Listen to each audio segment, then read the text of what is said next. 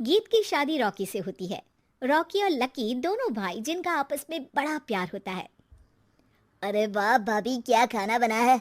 अब तो घर में ही होटल वाला स्वाद रोज मिला करेगा। अरे लकी, तुम अभी जानते नहीं हो मुझे। तुम बस डिश का नाम बोलो, मैं तुम्हें इसी किचन में बनाकर खिलाऊंगी।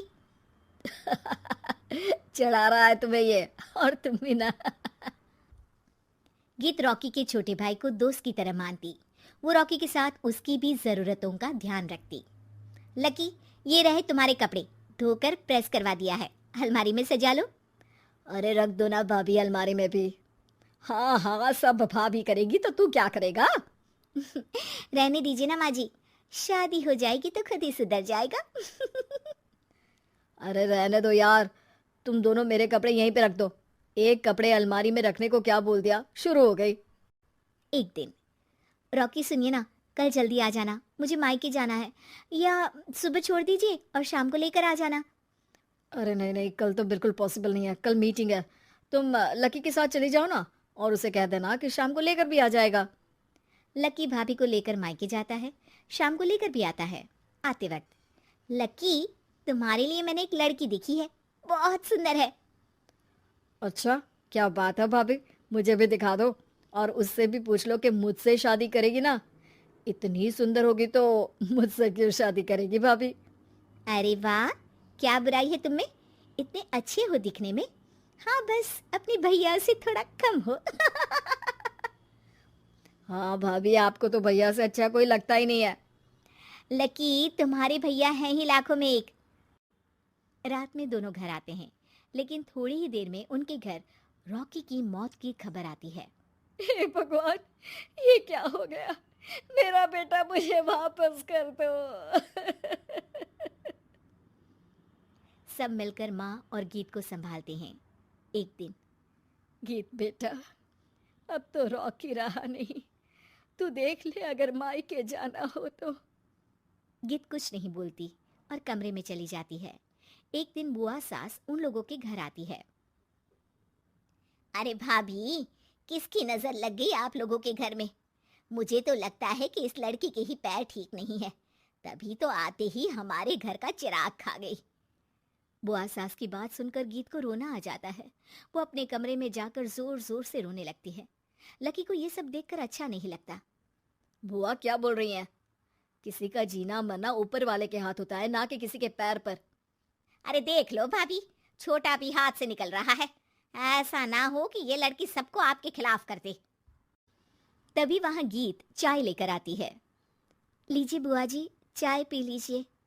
बुआ तो घर से चली जाती है, लेकिन सास के मन में गीत को लेकर नेगेटिव विचार भर जाते हैं।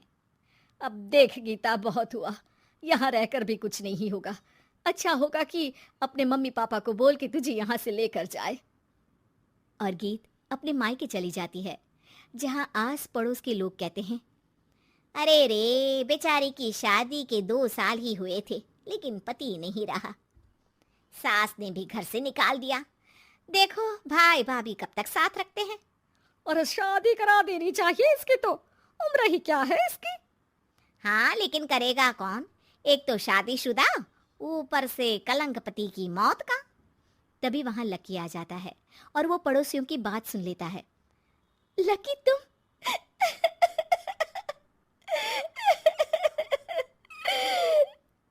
भाभी, ये जमाना आपको जीने नहीं देगा, लेकिन आप चिंता मत करना, मैं आपको आपके हिस्से की सारी खुशियां दूंगा।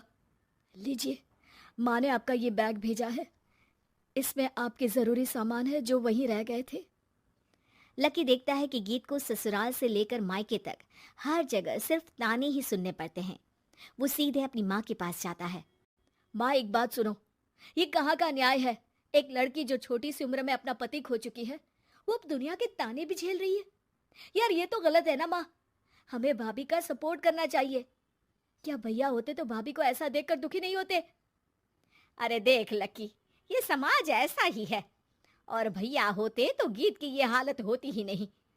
बिना पति के औरत को तो ये सब झेलना ही पड़ता है।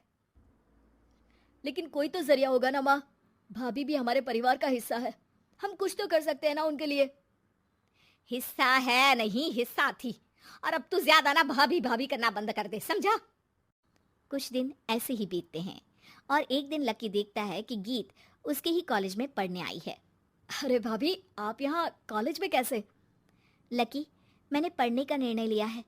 शादी के कारण मेरी पढ़ाई को बीच में ही रोक दिया गया था, पर अब जब कुछ नहीं बचा तो मैंने सोचा पढ़ाई में ही मन लगाऊं। अरे आपने बिल्कुल सही सोचा भाभी। किसी भी तरह की कोई भी ज़रूरत हो तो प्लीज़ बिना किसी हिचक के बताना, मैं हूँ आपकी मदद के लिए।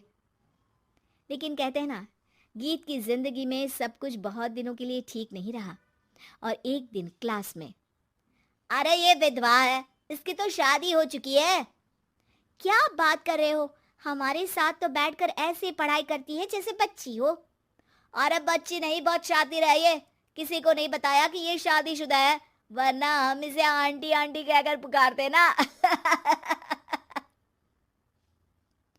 अरे अब तो पता चल गया ना, आंटी जी, आंटी आंटी। फिर क्या, सभी गीत को आंटी बोलकर चिढ़ाने लगते हैं। गीत को रोना आ जाता है और वो क्लास के बाहर जाकर रोने लगती है। सामने से लकी आ जाता है। अरे क्या हुआ भाभी, आप रो क्यों रही हैं? तभी पीछे से एक लड़की आ जाती है। हे हैंडसम, इस औरत से ना दूर रहना, इसके प्यार में मत पड़ जाना, क्योंकि ये शादीशुदा है। हमारे साथ झूठ बोलकर हम जैसे ही रह रही थी। हाँ तो क्या गलत है? सही उम्र में तुम्हारे माता पिता तुम्हारी पढ़ाई छुड़वा देते तो आज तुम भी शादीशुदा ही होती ना। और इनका पति नहीं रहा, उसमें इनका क्या कसूर? अरे कोई अपने जीवन को नई शुरुआत दे रहा है तो तुम लोगों को क्यों मिर्ची लग रही है? अरे तुझे बड़ी दया आ रही है, कर लेना तू शादी। लकी तब तो कुछ नहीं बोलता, लेकिन ये बात उसके मन में घर कर जाती है। और फिर एक दिन, माँ, मैं गीत से शादी करना चाहता हूँ।